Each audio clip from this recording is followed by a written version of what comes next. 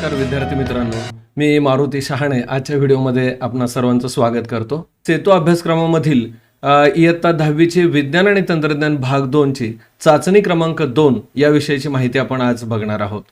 ही चाचणी कृतीपत्रिका 6 ते 10 यावरती आधारित आहे. याला 15 गुण आहेत आणि वेळ आहे 30 मिनिटांचा. यामध्ये सुरुवातीला आपल्याला काही सूचना दिलेल्या आहेत, बघूयात. सर्व प्रश्न सोडवणे आवश्यक आहे. त्यानंतर उजव्या बाजूचे अंक हे गुण दर्शवितात. पहिला प्रश्न बघूयात. खालील प्रश्न सोडवा, कोणतेही 5. याला गुण आहेत 5. आतापर्यंत आपण कृतीपत्रिका 6 ते 10 चा अभ्यास केलेला आहे आणि त्याच्या आधारे आपल्याला ही चाचणी सोडवणं नक्की सोपं जाणार आहे. एक एक आपण यातले प्रश्न बघूयात. पहिला आकडा, मध्यवर्ती चेतासंस्था कशाने बनलेली असते? आपल्याला आठवत असेल पहा, मध्यवर्ती चेतासंस्थेचे 2 भाग आहेत, मेंदू आणि मेरुरज्जू. तर मध्यवर्ती चेतासंस्था ही मेंदू व मेरुरज्जू यांनी बनलेली असते. दुसरा आकडा आहे, जैव भू रासायनिक चक्र म्हणजे काय? तर पोषण द्रव्याच्या परिसंस्थेतील चक्रीय स्वरूपातील प्रवाहालाच जैव भू रासायनिक चक्र असे म्हणतात. त्यानंतर तिसरा आकडा आहे, सहसंबंध लिहा. यामध्ये उत्पादक स्वयंपोषी तर भक्षक बरोबर काय असं आपले विचारलंय. म्हणजे उत्पादक हे कसे असतात तर स्वयंपोषी असतात, आपल्याला माहित आहे, आपण याचा अभ्यास केलाय. तर भक्षक हे कसे असतात? परपोषी असतात. यानंतर सेमी इंग्लिश मीडियमच्या विद्यार्थ्यांसाठी बघूयात. We are discussing about the bridge course unit test number 2 class 10 and subject is science and technology part 2. So this unit test 2 is based on the activity sheet number 6 to 10, having the marks 15 and the total time that is 30 minutes. Some instructions are given initially. All questions must be solved and the numbers on the right indicate the marks. The first question, solve the following questions any 5, and this first question is for the 5 marks. First point, what is the central nervous system made of? So the central nervous system is made up of brain and spinal cord. So brain and spinal cord, these are the two important parts in the central nervous system. Then second question, what is a biogeochemical cycle? How we define? The cyclic flow of nutrients in the ecosystem is called a biogeochemical cycle. Then third one, write correlation, producer autotroph, then predator heterotroph. Okay, we can write here predator, that is the heterotroph. यानंतर पुढचा चौथा आकडा आहे, चित्रातील वनस्पतीचे नाव सांगून या वनस्पतीत कोणत्या प्रकारची हालचाल घडून येते ते लिहा. मला वाटतं फोटोग्राफ बघितल्यानंतर आपल्याला नक्की लक्षात आलं असेल, ही चित्रातील वनस्पती लाजाळूचे झाड आहे आणि या वनस्पतीमध्ये जे हालचाल आढळते त्याला आपण काय म्हणतो? तर या वनस्पतीत वृद्धी असंलग्न हालचाल घडून येत आहे. वृद्धी असंलग्न हालचाल असं आपल्याला याचं उत्तर सांगावं लागेल. त्यानंतर पाचवा आकडा आहे, विसंगत पद लिहा. आपल्याला इथे 4 ऑप्शन दिले, त्यातलं वेगळं कोणतं सांगायचं आहे? इस्ट्रोजेन, इन्सुलिन, स्वादुपिंड आणि ऑक्सिटोसिन. तुमच्या लक्षात आलं असेल, इस्ट्रोजेन, इन्सुलिन आणि ऑक्सिटोसिन ही संप्रेरकांची नावं आहेत, तर स्वादुपिंड जे आहे ती अंतस्त्रावी ग्रंथी आहे, म्हणून स्वादुपिंड जे आहे ते वेगळं आहे, ते आपल्याला उत्तर लिहावं लागेल. सेमी इंग्लिश मीडियमच्या विद्यार्थ्यांसाठी बघा. Fourth question, write the name of the plant in the picture and what kind of a movement takes place in this plant. So the plant shown in the diagram is touch me not plant. Name of a plant is a touch me not plant. In this plant, growth irrelevant movement is taking place. Which kind of a movement? Growth irrelevant movement. Then fifth question, take the odd term out. We have to separate out the odd term. Estrogen, insulin, pancreas and oxytocin. Estrogen, insulin and oxytocin, these are the names of hormones, while this pancreas is the endocrine gland. So pancreas obviously is the answer, or we can say the odd term. त्यानंतर पुढचा 6वा आकडा आहे, खाली दिलेल्या चेतापेशींच्या प्रकारांचा ओघ तक्ता पूर्ण करा. फ्लोचार्ट दिला आपल्याला, तो कंप्लीट करायचा आहे. याची आपण माहिती घेतलेली आहे. पहा, चेतापेशींचे प्रकार, त्यामध्ये संवेदी चेतापेशी हे दिलेलं आहे. उरलेले 2 प्रकार लिहायचे आहेत, ते म्हणजे प्रेरक चेतापेशी आणि सहयोगी चेतापेशी. त्यानंतर 7वा आकडा आहे, व्याख्या लिहा. आपल्याला फक्त व्याख्या लिहायची आहे. कार्बन चक्र कशी लिहिता येईल बघा व्याख्या. कार्बनचे वातावरणातून सजीवांकडे व सजीवांच्या मृत्यूनंतर पुन्हा वातावरणाकडे होणारे अभिसरण व पुनर्चक्रीकरण म्हणजेच कार्बन चक्र होय. कार्बन जो आहे तो वातावरण आणि सजीव यांच्यामध्ये परत परत फिरत राहतो, यालाच आपण कार्बन चक्र असं म्हणतो. सेमीच्या विद्यार्थ्यांसाठी बघा, 6th point, complete the diagram of the types of the nerve cell given below. So here is a flow chart indicating the types of a nerve cell. One is given sensory neurons, the second one is the motor neurons, and the third type, that is the association neurons. Then 7th point, define carbon cycle. So we have to write the definition of the carbon cycle. The circulation and recycling of a carbon from the atmosphere to the living organism and after their death back to the atmosphere is called as a carbon cycle. So the cycling movement of a carbon from living organism to the atmosphere and once again atmosphere to the living organism is nothing but the carbon cycle. त्यानंतर प्रश्न दुसरा बघा, खालील प्रश्नांची उत्तरे लिहा. इथं प्रश्न दिलेले आहेत पण त्यापैकी आपल्याला 5 सोडवायचे आहेत आणि 10 गुण आहेत, म्हणजे प्रत्येक आकडा जो आहे याच्यातला तो 2 मार्कांसाठी आहे. पहिला बघूयात आपण, फरक स्पष्ट करा. वायू चक्र आणि अवसादन चक्र. अवसादन चक्र म्हणजेच भूचक्र. ठीक आहे, आपण हे फरक स्पष्ट करण्यासाठी असे तुलनात्मक दृष्ट्या किंवा टॅब्युलर फॉर्म मध्ये लिहू शकतो. इथं या डाव्या बाजूला आहे वायू चक्र. त्याची वैशिष्ट्य बघा, मुख्य अजैविक वायुरूप पोषक द्रव्यांचे संचयन पृथ्वीच्या वातावरणात आढळते. आपण वायुचक्र असं म्हणतो त्यावेळेला याच्यामध्ये वेगवेगळ्या प्रकारचे वायू आहेत, म्हणजे कार्बन डायऑक्साईड असेल, ऑक्सिजन असेल, नायट्रोजन असेल. तर हे वायू आपल्याला कुठे आढळतात, तर पृथ्वीच्या वातावरणामध्ये. हे त्याचं वैशिष्ट्य आहे. म्हणजे मुख्य अजैविक वायुरूप पोषक द्रव्ये जे आहेत ते त्यांचं संचयन हे पृथ्वीच्या कोणत्या भागात आहे, वातावरणामध्ये. तर अवसादन म्हणजे भूचक्राच्या बाबतीत आपल्याला काय आढळतं, तर मुख्य जैविक पोषक द्रव्यांचं संचयन हे पृथ्वीवरील मृदा म्हणजेच माती, अवसादन व अवसादी खडकात, ज्याला आपण स्तरित खडक म्हणतो ना, या स्तरित खडकांमध्ये ही मूलद्रव्ये आढळतात. वायुचक्रात वायूच्या रूपानं वातावरणात असतात, तर भूचक्र जे आहे याच्यामध्ये जमिनीमध्ये ही पोषक द्रव्ये जी आहेत ती मुख्यत्वे आढळतात. त्यानंतर दुसरं एक्झाम्पल सांगता येईल आपल्याला, उदाहरणं पहा. वायुचक्रामध्ये नायट्रोजन, ऑक्सिजन, कार्बन डायऑक्साईड आणि बाष्प यांचा समावेश असतो. तर अवसादन किंवा भूचक्र यामध्ये बघा, आयर्न म्हणजेच लोह, त्यानंतर कॅल्शियम, फॉस्फरस, त्याचबरोबर जमिनीतील इतर घटकांचा यामध्ये समावेश असतो. त्यानंतर यातला बी जो प्रश्न आहे दुसरा, खालील विधाने चूक की बरोबर ते लिहा. आपल्याला चूक किंवा बरोबर फक्त लिहायचं आहे. पहिला यातला आकडा बघा, अंतःस्रावी ग्रंथींना वाहिनी विरहित ग्रंथी असे म्हणतात. आपण याचा अभ्यास केलेला आहे. अंतःस्रावी जे ग्रंथी आहेत, एंडोक्राइन ग्लँड, तर त्यांना वाहिनी विरहित ग्रंथी म्हणतात का? हो, बरोबर आहे. कारण या ग्रंथींना वाहिन्या किंवा नलिका नसतात. यांच्यामधले जे स्त्राव आहेत संप्रेरकांचे हे डायरेक्ट किंवा अगदी रक्ताच्या प्रवाहामध्ये सोडले जातात आणि त्यांचा जो टार्गेट ऑर्गन असेल इच्छित ठिकाणी ते कार्य करतात. म्हणून हे वाक्य जे आहे ते बरोबर आहे. दुसरा आकडा बघा, वनस्पतींमध्ये चेतासंस्था असतात. मित्रांनो, आपण अभ्यास केलेला आहे. चेतासंस्था ही प्राण्यांमध्ये आढळतात, वनस्पतींमध्ये नाही. परंतु इथं काय सांगितलंय, वनस्पतींमध्ये चेतासंस्था असतात असं म्हणलंय, म्हणून हे विधान चूक आहे. See the semi-English medium students, question number 2, write the answers of the following questions. We have to write any 5 of them. And this question is for 10 marks.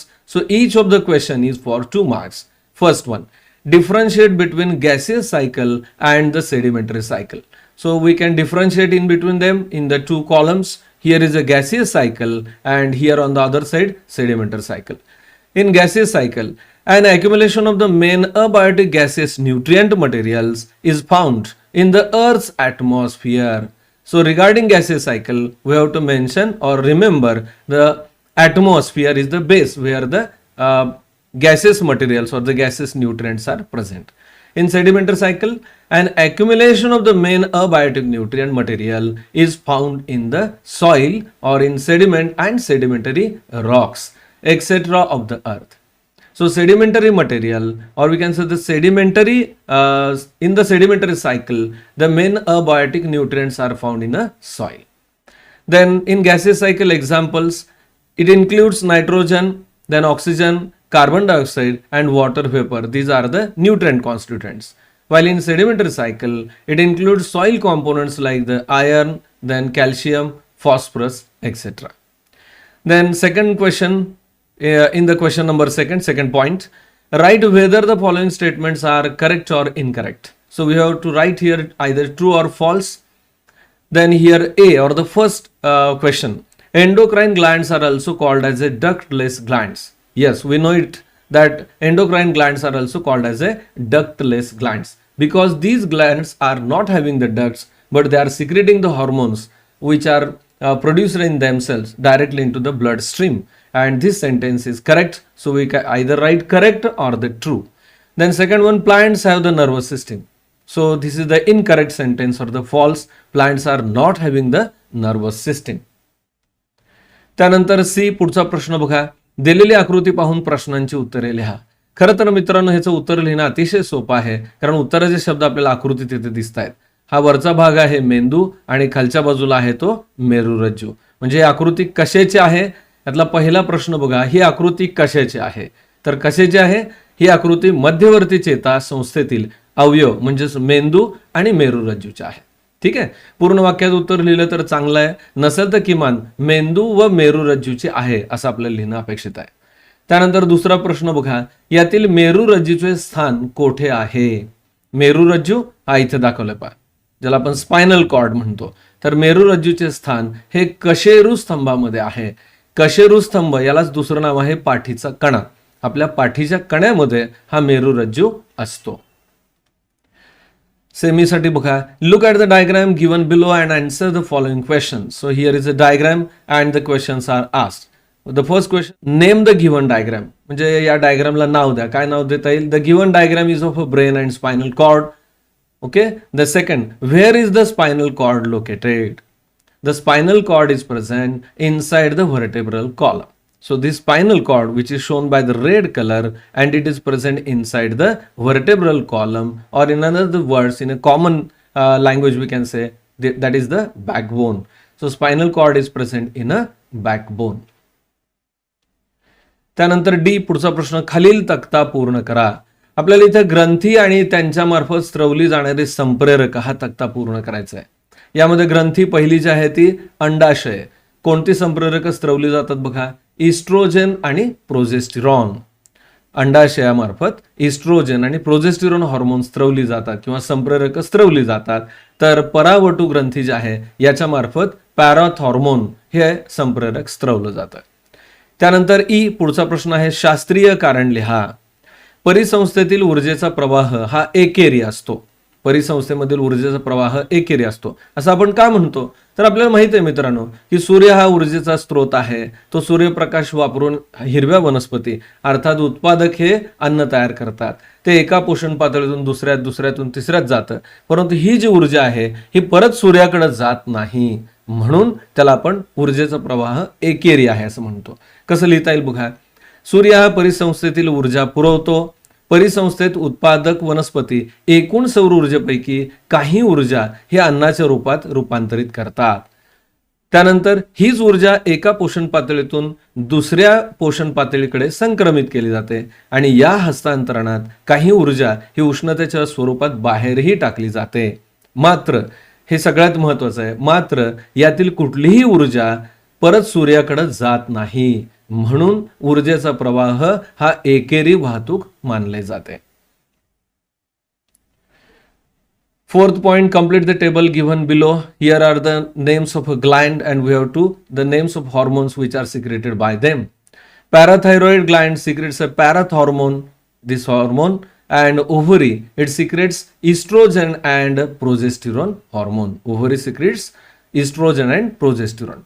Then fifth question, write the scientific reason. Energy flow through an ecosystem is a one way.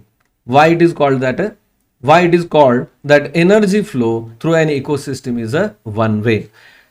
The sun is the most important source of energy in an ecosystem. Green plants of the ecosystem store some of the solar energy in the form of food.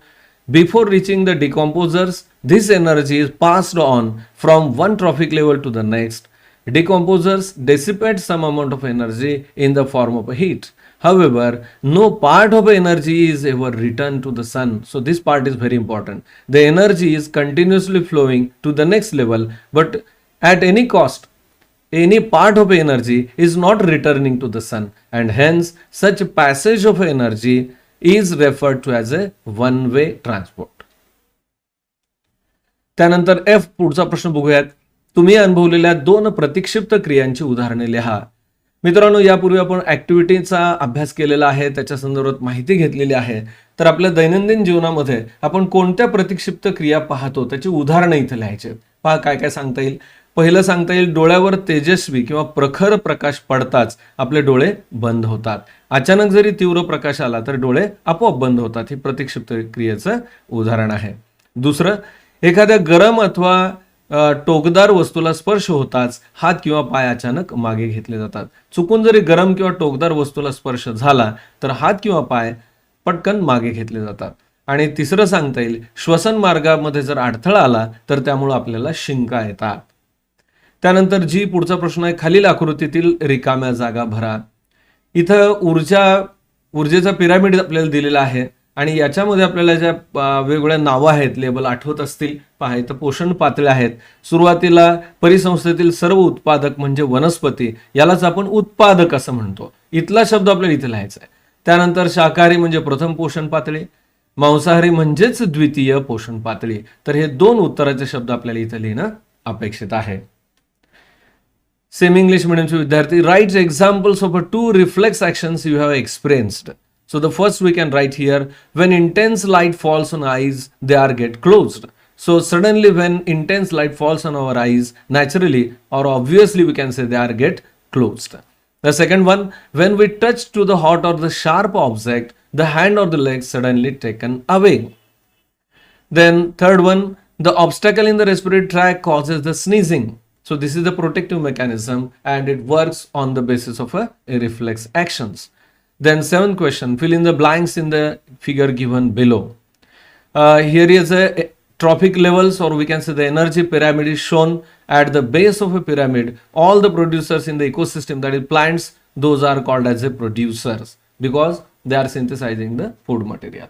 Then the second level, herbivores, that is the first trophic level. Then above that, the carnivores means second trophic level. This one is the third trophic level. So we have to write here producers and the second trophic level. मित्रांनो, याबरोबर ही जी unit test 2 होती आपल्या सेतू अभ्यासक्रमामधील ती पूर्ण झाली. मला वाटतं आपल्याला नक्की हा भाग अभ्यासाचा कळाला असेल. व्हिडिओ आवडला असेल तर जरूर लाईक करा, आपल्या मित्रांना भरपूर शेअर करा. चॅनलवर जर नवीन असाल तर सबस्क्राईब करा आणि बेल आयकॉन जरूर प्रेस करा की जेणेकरून मी ज्यावेळेला नवीन व्हिडिओ अपलोड करतो त्यावेळेला तुम्हाला त्याचं नोटिफिकेशन मिळेल.